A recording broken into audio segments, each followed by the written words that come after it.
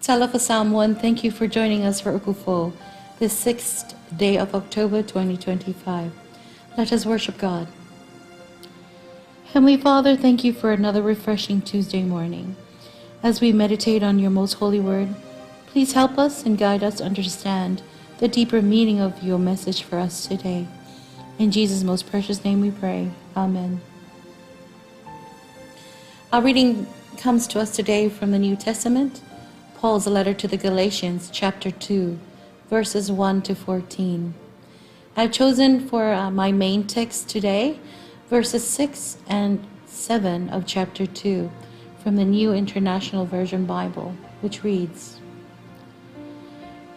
"As for those who were held in high esteem, whatever they were makes no difference to me. God does not show favoritism. They added nothing to my message. On the contrary, they recognized that I had been entrusted with the task of preaching the gospel to the uncircumcised, just as Peter had been to the circumcised."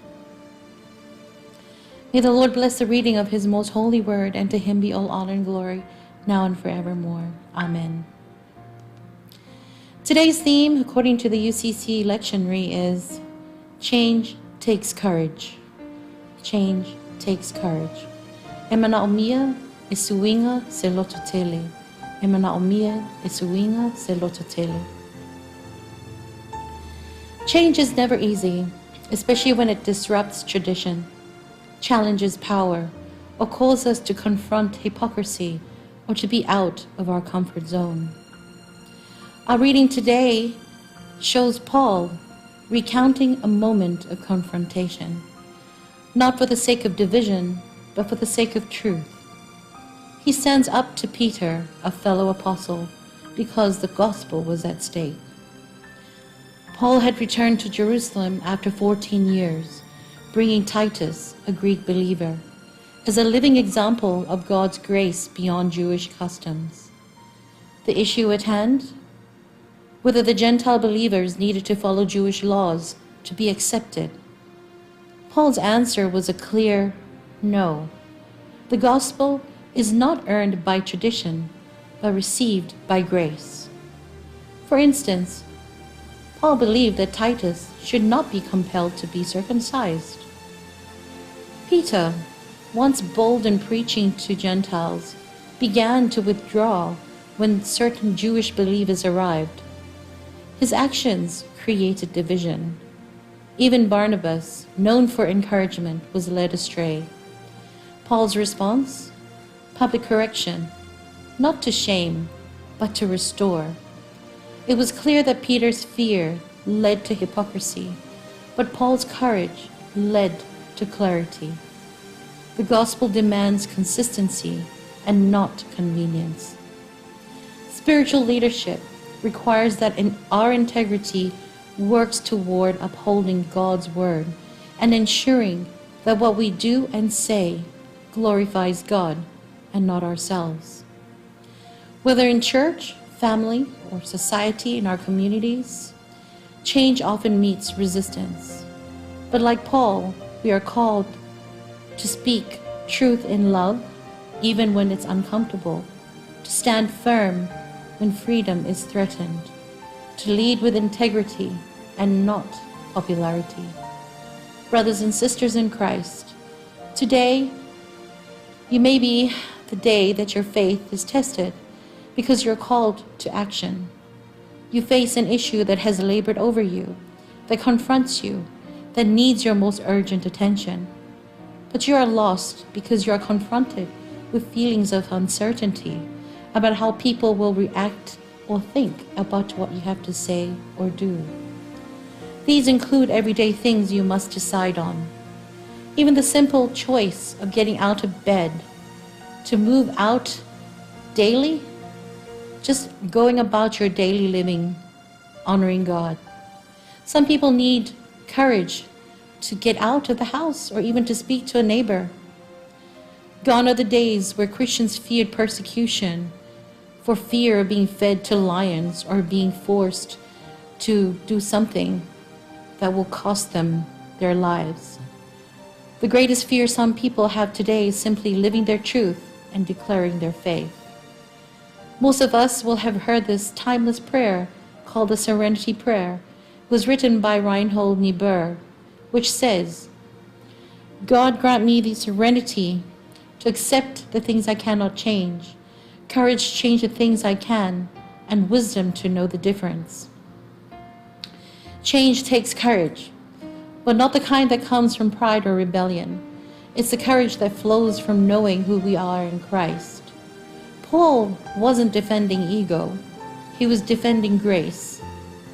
Let us be bold like Paul, gracious like Christ, and discerning like the Spirit. May God grant us the wisdom in order to know when to act with courage. Let us seek the courage that Jesus took all the way to the cross, because of his obedience to our Heavenly Father, because of his great love for us. Today, honor Christ by being courageous and changing the way that you are, in the way that you live each day to honor him, by not just your words but also your deeds. If you don't already have a prayerful life, do so now. If you don't read enough of God's living word by opening a Bible or going onto a Bible app on your phone each day, do so now. Showing God's love, embracing and sharing his grace with every person you meet each day. If that is the change you need today, then I pray that you have the courage to make that change. May Christ be honored always by your show of courage to change the things necessary to always glorify him. Amen. Let us pray. Heavenly Father, most wonderful and merciful God, you are the creator and giver of all things, faithful, unchanging, and true to your promises. We thank you for the profound truth of your everlasting love, a love so vast it defies our limited understanding and yet meets us in every moment of transformation. Thank you for your unfailing provision, great and small. Thank you for choosing us as your children, for sustaining us, and for always being near, especially when change unsettles us and courage feels costly. Above all, Lord, we praise you for the gift of your Son, Jesus Christ, our high priest of the new covenant, the one who intercedes and pleads for us day in and day out. Through his sacrifice, we have eternal hope and direct access to you.